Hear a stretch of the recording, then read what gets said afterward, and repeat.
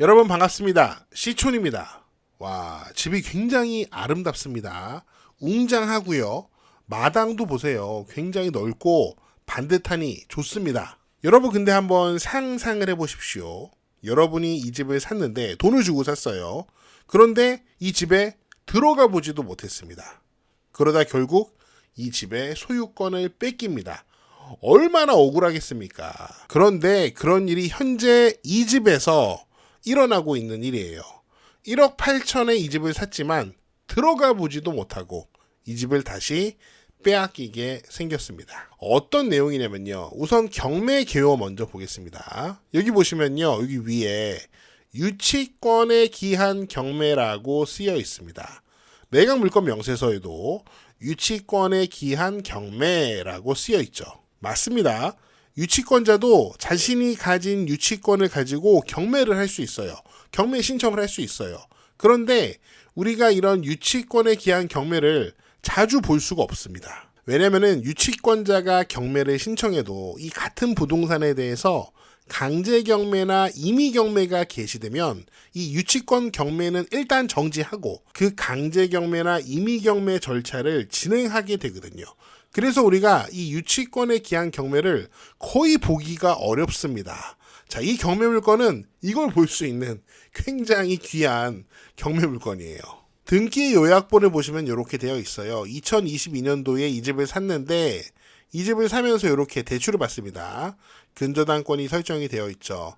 채권 최고액 1억 7,800만 원 정도 이렇게 근저당권이 설정되어 있고 요거는 원리금을 잘 납부하고 있는 것 같습니다. 그래서 이 금융기관은 경매를 신청하지 않았고요. 요 밑에 있는 경매는 5,800만 원 정도 청구를 했는데 바로 이게 유치권자가 경매를 신청한 것입니다. 자, 그렇다면 어떤 집인지 현장을 간단하게 살펴보고 내용을 확인해 보도록 하겠습니다. 여기는 충청북도 옥천입니다. 옥천군 동이면이라고 쓰여 있네요.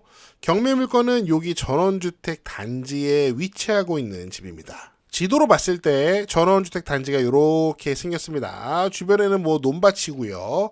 여기 보이는 이거는 승마센터라고 쓰여 있네요. 지도로 보고 축사인 줄 알았는데 이렇게 Horse Riding Center라고 되어 있습니다. 발음 끝내주죠. 자, 지도를 좀 넓게 보시면요. 경매 물건 여기에 있고요. 경매 물건에서 북서쪽으로 멀지 않은 곳에 옥천 시내가 있습니다.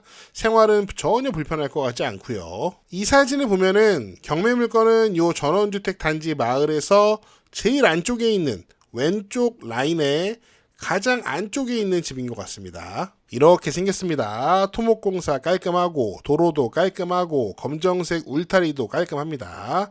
여기 유치권 행사 중이라는 현수막이 붙어 있는데 이게 2022년도에 찍힌 사진이에요. 요 유치권을 행사하고 있다는 바로 이 유치권자가 현재 경매를 2022년도에 신청했고 현재 2025년도가 돼서야 이게 경매가 속행이 되고 있는 그런 상황이에요. 땅은 230평 정도 되고요. 건물은 39평이라고 합니다. 생각보다 되게 건물이 크진 않네요. 요 사진으로 봤을 때는 건물이 어마무시하다라는 느낌이 있었는데 요거 다 합해서 39평 정도 된다고 합니다. 평면도 살짝 볼까요? 1층인데요.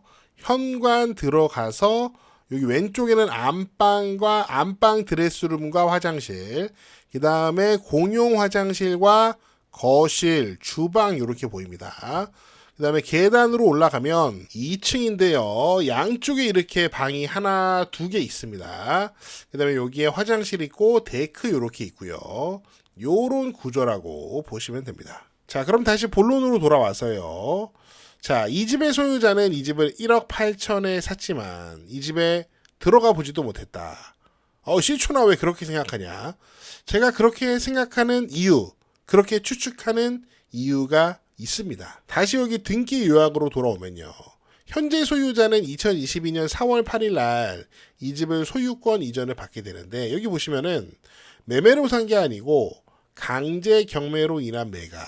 경매로 이 집을 산 것을 확인할 수 있습니다. 그럼 여기 이 경매 기록을 확인해 보면 얼마에 샀는지 어떻게 된 것인지 우리가 좀 역사를 더 확인해 볼 수 있겠죠. 이게 바로 당시의 경매 기록인데요.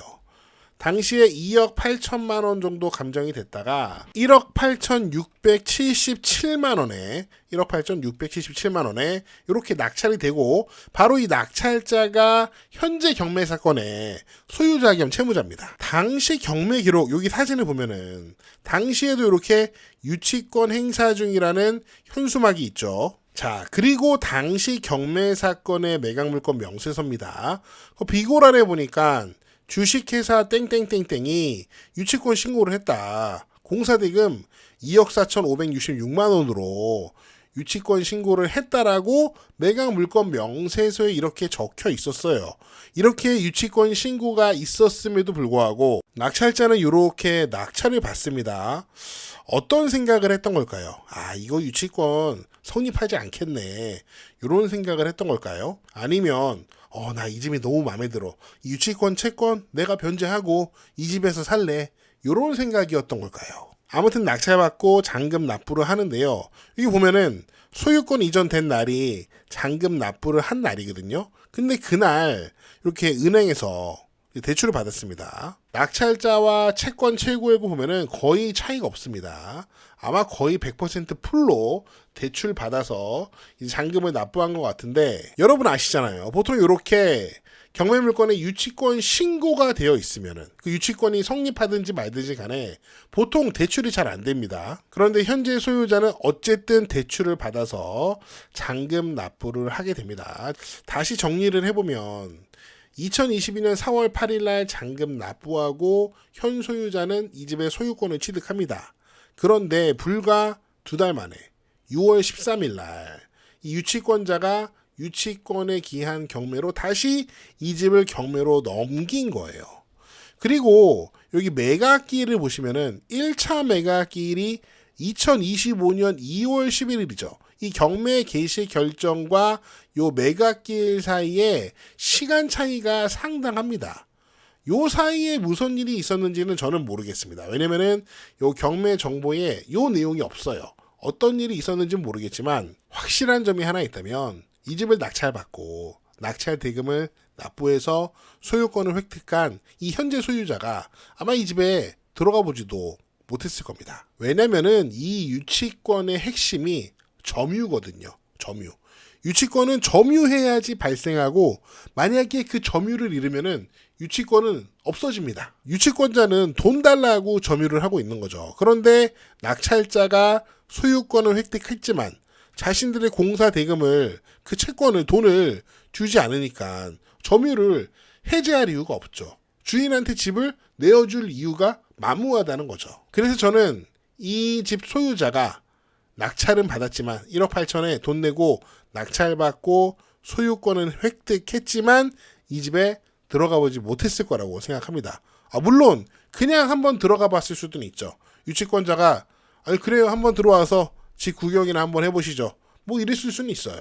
그렇게 이제 3년이 다 됐습니다.